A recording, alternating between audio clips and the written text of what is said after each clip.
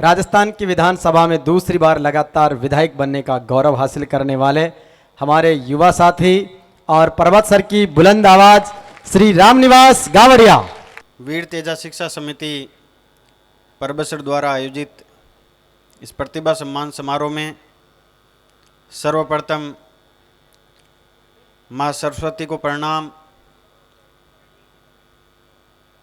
और बलदेव राम जी मिर्दा सहित तमाम उन सामाजिक न्याय के पूर्वाधाओं को मैं याद करते हुए आज के इस कार्यक्रम में हमारे बीच में उपस्थित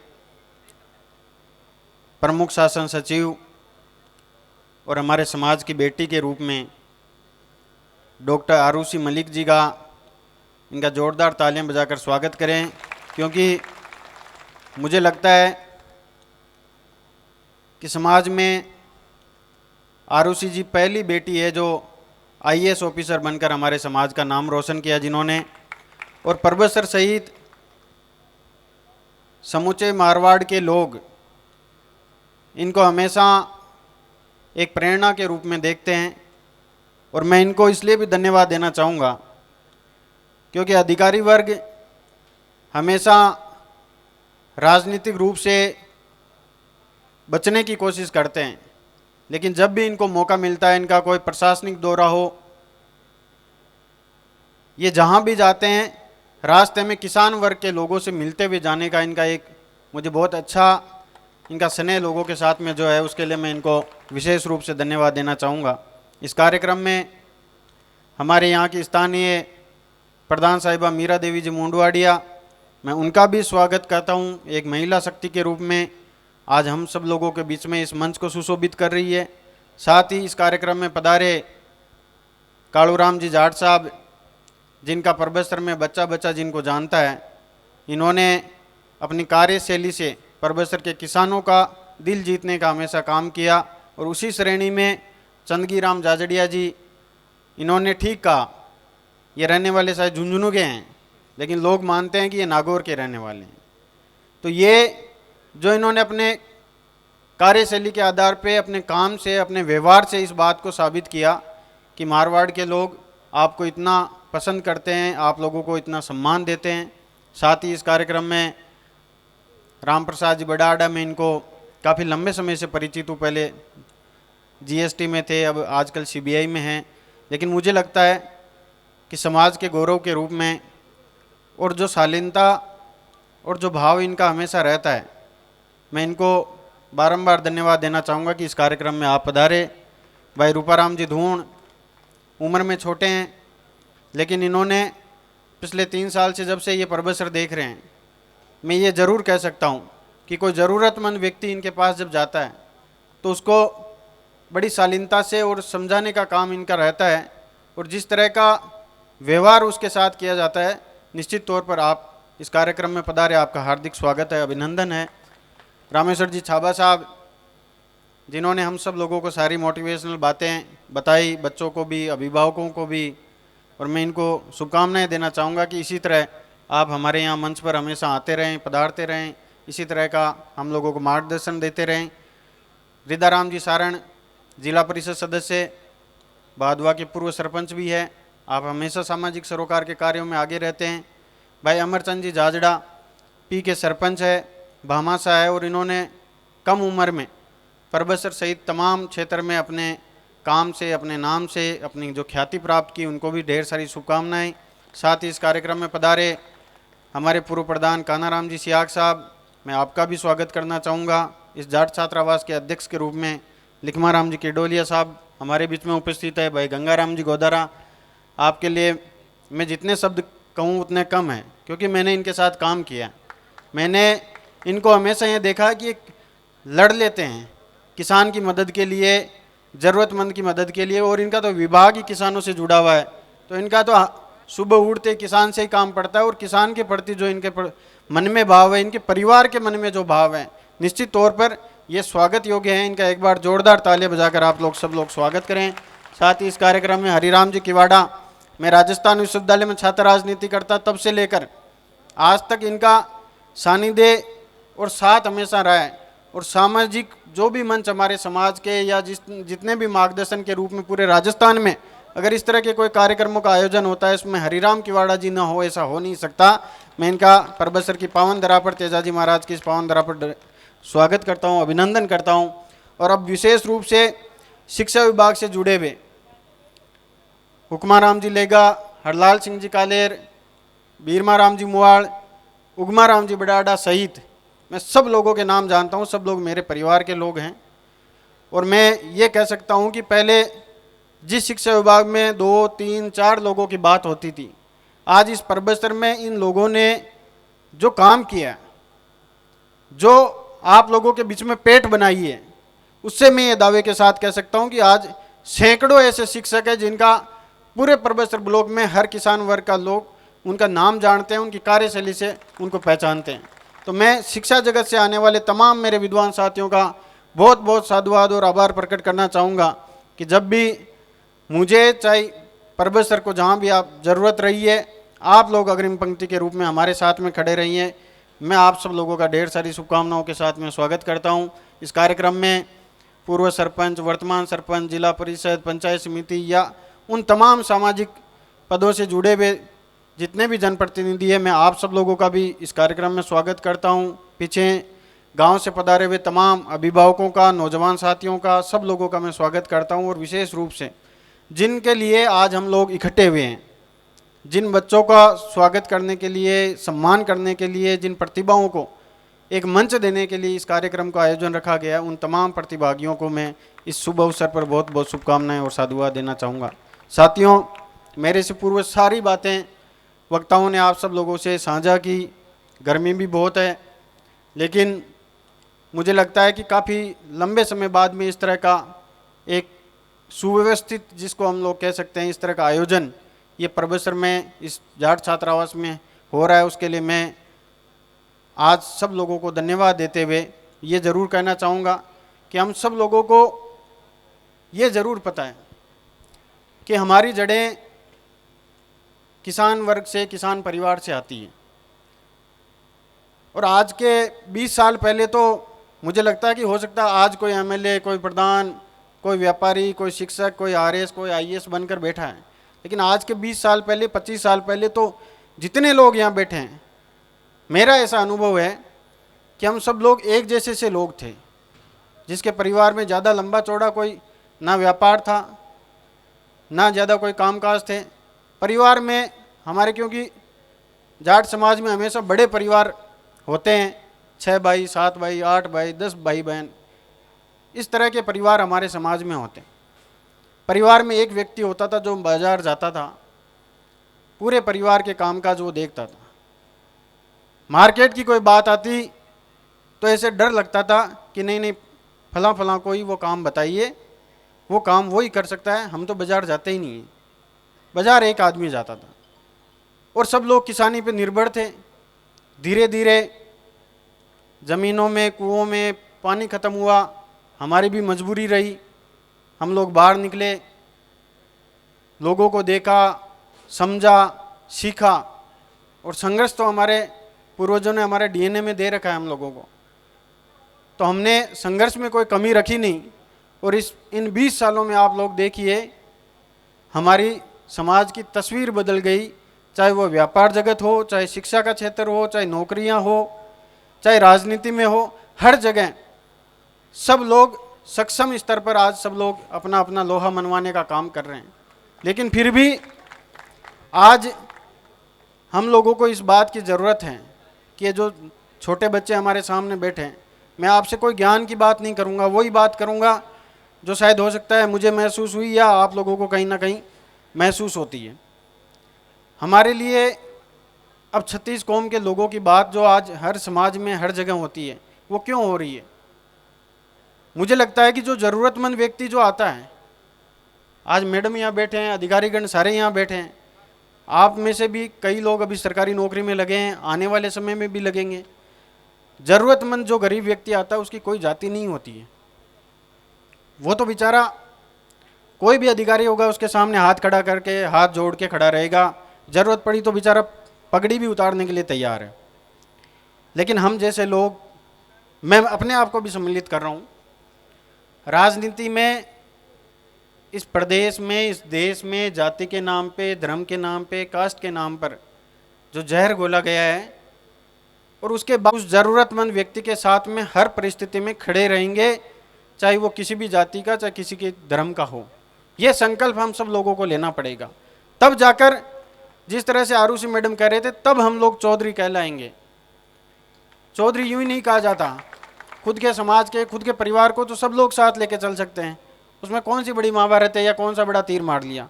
आप जब सर्व समाज के लोगों को साथ लेकर चल रहे हैं, और जब दूसरे समाज का व्यक्ति ये पूछे कि मैं फला फला जाट समाज के उस व्यक्ति से पूछ के ये काम करूंगा, तब उस दिन आपकी काबिलियत के बारे में पता चलेगा कि आप सच मायने में आप व्यक्ति हो, सामाजिक जनप्रतिनिधि करते हो। आज हम लोगों को इस बात की ज़रूरत है कि सोशल मीडिया के ज़माने ने हम लोगों से हमारी जो मेमोरी थी उसको हम लोगों से छीन लिया। जो हम लोगों के प्रति जिस भाव से हम लोग मिलते थे, इस सोशल मीडिया ने उन तमाम चीज़ों को ख़त्म करने का काम किया। सही कह रहे थे अभी, रील और रियल का जो इन्होंने अभी यहाँ एग्जाम्पल दिया। आज अगर मुझे ये पता है कि मैं इस कार्यक्रम में आया हूँ और मेरी रील बन रही है, तो मेरे भाव हमेशा उस रील के अकॉर्डिंग चलेंगे।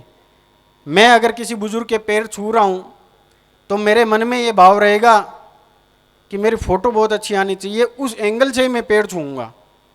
मेरे मन में कोई भाव नहीं है, लेकिन मुझे वो रील दिखानी है जनता को, लोगों को वो दिखाना है। मैं हाथ भी ऐसे जोड़ूंगा कि मेरे जो कैमरा मैन है वो बहुत अच्छी फ़ोटो ले। मेरे मन में उस टाइम मेरे ये विचार चल रहा है कि मेरी फ़ोटो अच्छी आनी चाहिए। मैं 2 घंटे इस कार्यक्रम में रहा और उस समय पूरे यहाँ से रील बना के ले गया, मार्केट को दिखा दी कि बहुत अच्छा व्यक्ति है यार, सब लोगों के पैर छू रहा है। लेकिन आपके मन में क्या भाव है? जिस व्यक्ति के आप पैर छू रहे हो उसके मन में श्रद्धा का भाव अगर नहीं है तो फिर आप काहे के पैर छू रहे हो? तो ये जो बातें हैं बहुत छोटी है, लेकिन हम लोगों को समझना पड़ेगा। हमारा ईगो बहुत बड़ा हो गया आजकल। अब ये सारे तो हमसे बड़े हैं, बुजुर्ग हैं, ये इनके लिए नहीं है, ये आप मेरे जो छोटे भाई बहन बैठे हैं मेरे सामने, इनके लिए है। सीखने की कोई उम्र नहीं होती, कोई प्लेटफॉर्म नहीं होता। लेकिन हमारा ईगो इतना बड़ा हो गया कि मैं क्लास में या मेरे साथ में जो सहपाठी है, मैं अगर इसको पूछ लूँगा तो इसको पता चल जाएगा कि तुझे ये नहीं आता। अच्छा मेरे को आता है, इसको नहीं आता।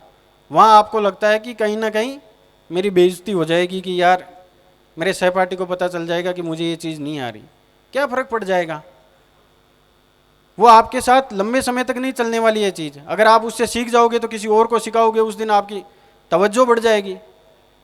लेकिन मैं ये बातें इसलिए कह रहा हूँ कि ये हम सब लोगों को इन रास्तों से गुजरना पड़ता है। लेकिन जब धीरे धीरे बड़े होते हैं फिर हम लोगों को लगता है कि यार ये अपन बेवजह ही करते थे ये सारे। तो इसलिए मैं आप सब लोगों से कह रहा हूँ कि इन चीज़ों को छोड़ें।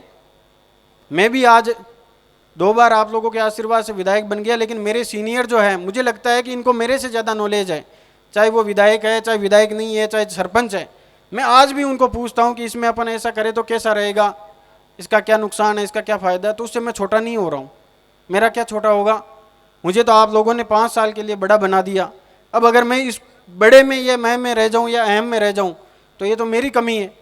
इसलिए मैं आप बच्चों को ये कहना चाहूँगा कि आप किसान परिवार से निकल के आए हो। आपके माता पिता ने संघर्ष करके, उस माँ ने अपने आँखों की नींद को कुर्बान करके, अपने पिता ने संघर्ष करके, मजदूरी करके आप लोगों को वो प्लेटफॉर्म उपलब्ध करवाया है जहाँ से आप समाज के दर्पण के रूप में, आईने के रूप में लोग आपको देखेंगे।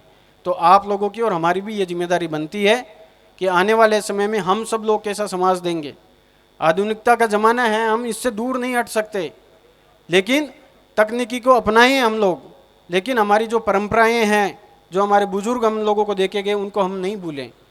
प्रगति करें, बेशक करनी चाहिए प्रगति हम लोगों को, लेकिन जो संस्कार, जो मूल्य हमारे फोर फादर ने, हमारे जितने भी पूर्वज हैं, उन लोगों ने हम लोगों को दिए, उनको हम लोगों को नहीं छोड़ने चाहिए। अगर उनको हम लोग अपने मन में संजो के रखेंगे, दिल में संजो के रखेंगे, तो निश्चित तौर पर कोई ऐसी परिस्थिति नहीं बनेगी कि आप सफल नहीं होंगे। आप हमेशा सफल होंगे और सफल इंसान के रूप में समाज में आप लोगों को देखा जाएगा। मैं की भावना छोड़कर हम के भाव से काम करना पड़ेगा। खुद के लिए तो सब करते हैं, लेकिन आज अगर हम लोग आप लोगों के जीवन में सकारात्मक बदलाव नहीं ला सकते तो फिर हम लोगों को विधायक बनने का या आईएएस आईपीएस बनने का कोई हक नहीं है। जब तक हमारी ओर से जो कलम में हम लोगों को आपने थमाई है उससे हम लोग आप लोगों का भला नहीं करेंगे, तब तक सही मायने में हम लोग सफल व्यक्ति नहीं होंगे। हम सब लोगों को इस बात को समझना पड़ेगा कि आने वाला समय कैसा आ रहा है। चारों तरफ सूखा नशा हो रखा है, ड्रग्स, एमडी, चरस, पूरे समाज को खोखला कर दिया, कोई बोलने वाला नहीं है। नए नए लड़के रोजाना स्कॉर्पियो गाड़ी ला रहे हैं, फॉर्चूनर गाड़ी ला रहे हैं, उसका पिता बेचारा मजदूरी कर रहा है, लेकिन कम से कम ये आँख खोल के तो देखे नहीं ये गाड़ी कहाँ से आ रही है, इतने महंगे शौक कहाँ से पूरा कर रहा है। आँख बंद कर लेने से तो ये नहीं होगा कि वो कामकाज क्या कर रहा है। धीरे धीरे आने वाले समय में वो सारी चीज़ें उजागर होगी, उस दिन आपके परिवार का नाम खराब होगा। मेहनत करो, एक दिन में नहीं, एक साल में नहीं, 10 साल में अगर आप बड़े बन रहे हो तो कोई बात नहीं, कुछ नहीं जा रहा। लेकिन गलत रास्ते चल के हम लोग अगर जो ख्याति प्राप्त कर रहे हैं उससे आने वाले समय में हमारे समाज को, हमारे परिवार को नुकसान होगा। इन सब चीज़ों को अपने जहन में हम लोगों को रखना पड़ेगा। आज हम सब लोगों को इस बात का ध्यान रखना पड़ेगा कि सामाजिक रूप से आप सब लोग संगठित हो, चाहे वो शिक्षा के क्षेत्र में, आर्थिक क्षेत्र में, हर तरफ टांग खिंचाई का समय चल रहा है। अब ये लोग कह देते हैं या कोई भी कह देता है कि साहब फला फला हमारे खिलाफ है। पहले हम सब लोगों को संगठित होना पड़ेगा कि हम खुद भी हमारे व्यक्ति के खिलाफ हैं। जो ये भावना है इसको हम लोगों को ख़त्म करना होगा, तब जाके हम लोग आगे दूसरे समाज में ये संदेश दे पाएंगे कि हम संगठित हैं, हम सब आप लोगों के साथ में चल सकते हैं। लेकिन बड़ा दुर्भाग्य है, मैंने बड़े करीबी से देखा है मैडम, जब मैं यहाँ से जयपुर पढ़ने गया तब मैं देखता था कि आरजे 21 नंबर की कोई गाड़ी दिख जाती तब भी मैं राजी हो जाता था कि अच्छा नागौर का व्यक्ति यहाँ घूम रहा है, अरे अपना आदमी। और अब जब हम लोग बाहर जाते हैं, अभी राजनीतिक रूप से कई बार बाहर का दौरा रहता है, तो मैं देखता हूँ कि आंध्र प्रदेश गए या कहीं भी चले जाएं, चाहे महाराष्ट्र चले जाएं, वहाँ एक व्यक्ति चूरू का है, एक सुजानगढ़ का है, एक कुचामन का है, एक परबतसर का है, एक अजमेर का है, और बड़े अच्छे से प्यार से रहते हैं, भाई की तरह एक ही थाली में खाना खा रहे हैं। तो मैंने कहा इतना कि साहब अपना राजस्थान हुआ है। गांव में आप आके देखोगे तो पड़ोसी के पड़ोसी कौन बन रही, बन मक्कियों में थाके गांव में तो कोई कौन बने। कह नहीं साहब पराया देश में बेटा आके जरूरत रेवे, गांव को आदमी करने रेवे ना जन राजस्थान को है जन माँ का हताई हो जाओ, बोल बतलावन हो जाओ। तो अगर आप दूर जार ई बात ने ग्रहण करा तो ई बात ने अटक क्यों कौन ग्रहण करा, क्या अटक जगह अपने समाज का लोग, अपने परिवार का लोग बंकस आगे क्यों कौन रहा। अब बड़ी विडम्बना है, ये बात ना आप लोगों ने खत्म करनी पड़सी, और आ खत्म कौन करसी। इस जगह नया लोग आया है, नया टावर आया है, MBBS में सिलेक्शन हो रहे हैं, बच्चे RAS बन रहे हैं नए। अभी वो गंगाराम जी पूनिया, अभी वो मोती जी मार साहब का लड़का प्रेम, ये सब IPS बने हैं। अभी ये हम लोगों के लिए बहुत अच्छी अपॉर्चुनिटी है कि हमारे समाज के लोग ऐसे पदों पर जा रहे हैं जहाँ से हम नीति निर्माण कर सकते हैं, हमारे लोगों का भला कर सकते हैं। लेकिन बुरा मानने की बात नहीं है। मैडम यहाँ बैठे हैं, सब लोग यहाँ बैठे हैं, समाज के अधिकारियों को भी आदत है कि राजनीति के रूप में वो कहे कि साहब अभी राज नहीं है तो आपका काम नहीं करेंगे। तो हम कहते हैं कि साहब ऐसा कोई काम करवा ही नहीं रहे जो राज के कोई दिक्कत आ रही है हमारे से। भाई अगर मैं कहूँ कि मेरे यहाँ SDM मेरे कहने से लगाओ तब तो कोई दिक्कत है। मैं ये कह रहा हूँ कि फला फला आदमी को कहीं लगा दो या कहीं उसका छोटा मोटा काम कर दो, किसी की सीट भर गई उसकी कम कर दो, वो काम आप लोग कर नहीं रहे। और उसके बाद जब पद से आप उतर जाते हैं तब कहते हैं कि समाज हमें स्वीकार करें और समाज हमारा अभिनंदन करें और समाज हमें मजबूत करें। ये दोहरे जो मापदंड है ना, ये बहुत बार मैंने देखे हैं। मेरी उम्र कम है लेकिन मेरा काम क्या है, मैं रोजाना आप लोगों के लिए या किसी न किसी के काम के लिए वहीं सचिवालय में वहीं चक्कर काटता हूँ। मेरा और क्या करूँ मैं, भाई मुझे आप लोगों ने ये जिम्मेदारी सौंप दी तो मैं वही काम कर रहा हूँ। तो मैं जाता हूँ तो लोग कहते हैं कि साहब थे फेस टाइम कॉल करया करो, था को फोन रिकॉर्ड पर रहे। तो मैं काई जैसी भी हूँ, मैं कोई यहाँ को गलत काम तो बताऊँ को नहीं। कोई हो सके कोई ज़रूरतमंद है मैं तो आ भी कौन कहूँ कि भाई हमारे समाज को कोई ज़रूरतमंद मारकन तो मैं तो भाई हर समाज का लोगों को काम बताऊँ। लेकिन ये जो डर राजनीतिक पार्टियों ने सत्ता का जो दुरुपयोग करके बनाया है, इसका अल्टीमेटली नुकसान जनता को और समाज को हो रहा है। ये बात हम सब लोगों को समझनी पड़ेगी और अधिकारियों को भी इस बात को समझना पड़ेगा कि आपने मेहनत की, बेशक आप इसके काबिल हो, लेकिन इस पद पर आप बैठे हो, सफल आप तभी माने जाओगे जब गांव ढाणी से आया हुआ अंतिम व्यक्ति आपकी मेज के सामने खड़ा हो तो उसको हाथ जोड़ने की नौबत न आए और आप खुद खड़े होकर कहें कि बाबा काम बताओ, काम का ही है। तब सही मायने में आप लोगों का सफल हम लोग मानेंगे, समाज में आपकी प्रतिष्ठा स्थापित होगी। ये हम सब लोगों को समझना पड़ेगा। इसलिए मेरे छोटे भाई बहनों से मैं ये निवेदन करना चाहूँगा कि आप खूब आगे बढ़ो, तरक्की करो, लेकिन हमेशा इस बात को ध्यान में रखना कि पद से कोई बड़ा नहीं होता। आप अपने व्यवहार से और आज से कल कैसे बेहतर हो सकते हो, इस मूल मंत्र के साथ अगर काम करोगे तो गांव भी याद करेगा, समाज भी याद करेगा और 36 कौम के लोग भी याद करेंगे। अन्यथा इन पदों पर बहुत सारे हमसे भी पहले आए हैं, आज भी है और हमारे बाद भी बहुत सारे लोग आएंगे, लेकिन बलदेव राम जी मिर्दा को आज हम इसलिए नमन करते हैं कि उन्होंने खुद का स्वार्थ छोड़ के किसान कौम के लिए लड़ाई लड़ी और किसान को उसका अधिकार और हक दिलाने का काम किया। तो अगर वो प्रतिष्ठा अपने लिए, अपने परिवार के लिए चाहते हो तो उसके लिए हम लोगों को जो खुद तक जो सीमित रहते हैं उन सब चीज़ों को भूलकर समाज हित में काम करना पड़ेगा और राजनीतिक रूप से, आर्थिक रूप से, सामाजिक रूप से संगठित रहना पड़ेगा। संगठित नहीं रहोगे तो गिनती सब जगह होती है, व्यापार में भी होती है, सामाजिक रूप से भी होती है, और जब विधानसभा में और लोकसभा में वहाँ सीढ़ियाँ चढ़ते हैं ना, तब भी गिने जाते हैं कि कितने लोग जीत कर आए हैं। तब आप लोगों को इस बात के लिए गर्व से आपका सिर ऊंचा होता है कि हमारे लोग जो वहाँ पहुँचे हैं हमारी मेहनत के दम पे हमारी मदद करेंगे, समाज के व्यक्ति की मदद करेंगे। ताकत आप लोगों के हाथ में है, ताकत देने वाले आप लोग हो। हमारे पास केवल इस तरह की बातें करना, लोगों को आपस में लड़ाने का काम करना, ये जो पिछले 10-15 साल में राजनीतिक स्तर जो गिरा है उसका नमूना आप हर गांव में देख सकते हो। कोई छोटे बड़े का आदर नहीं है। सोशल मीडिया पे कोई भी किसी को भी किसी भी भाषा में लिख देता है।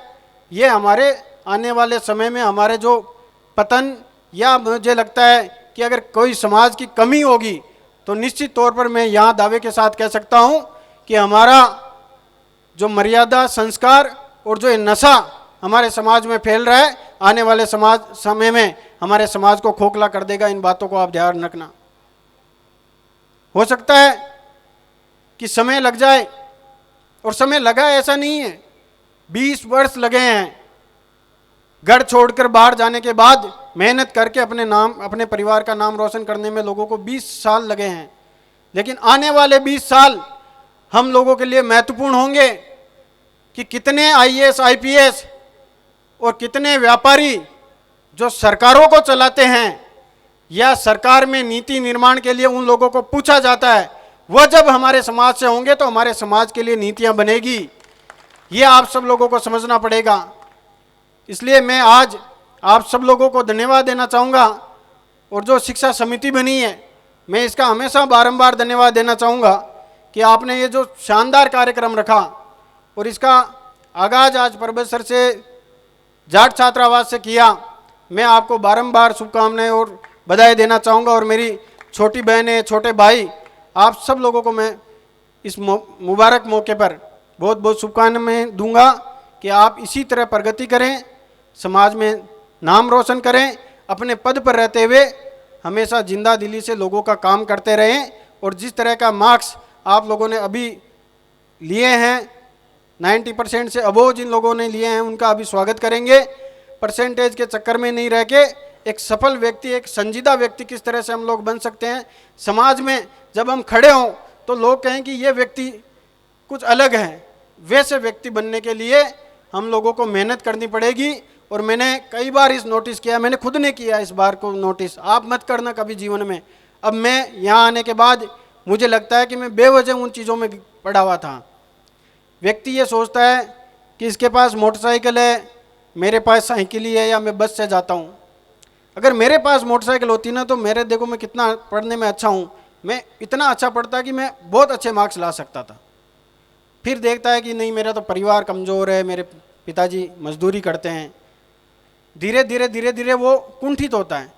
ये आप मजबूर पिता के बेटे हो या बेटी हो, ये तो आपकी किस्मत में है, लेकिन ये भविष्य आप लोगों के हाथ में है कि एक मजबूत बेटे या बेटी का पिता आपके मजबूर बाप को आप लोगों को बनाना आप लोगों के हाथ में है। तो आप ये तो कर सकते हो, इसलिए कभी उस चीज़ से नेगेटिव मत लो। उन चीज़ों को जो हैं जैसे हैं वैसे लोगों के सामने रहो, प्रिटेंड करने की कोई ज़रूरत नहीं है, बहाना बनाने की या अच्छे जानबूझ के अच्छे कपड़े पहनने की कोई ज़रूरत नहीं है। जो आपके पास है वो पहने।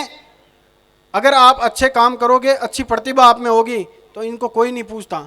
आज अगर हाथ में मैं बिना सोने का कोई नकली भी कड़ा पहन लूँ ना, तो मुझे गांव में कोई नहीं कहेगा कि एमएलए साहब सोना को कौन पहने।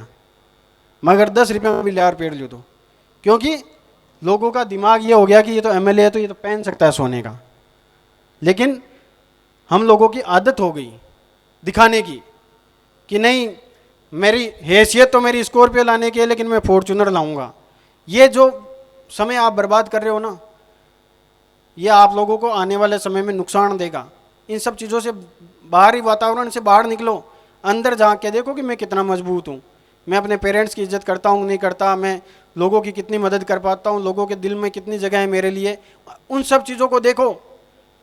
और जब आदमी मजबूर होता है, जब उसको कोई भी प्रताड़ित करता है, पड़ोसी कहता है कि उसके बच्चे का सिलेक्शन हो गया तेरा नहीं हुआ, तब उसके मन में कुंठा होती है कि ये मैं गांव नहीं जाऊंगा, गांव जाऊंगा तो दादी कहेगी, माँ कहेगी कि भाई फलाना बाई को तो नंबर आएगा, थारो तो नंबर ही को नहीं आयो, मैं अजमेर ही रेसूँ, जयपुर ही रेसूँ। ये सबके सवाल आता है, ये सबका दौर आएगा, हमारा भी आया था, आपका भी आएगा।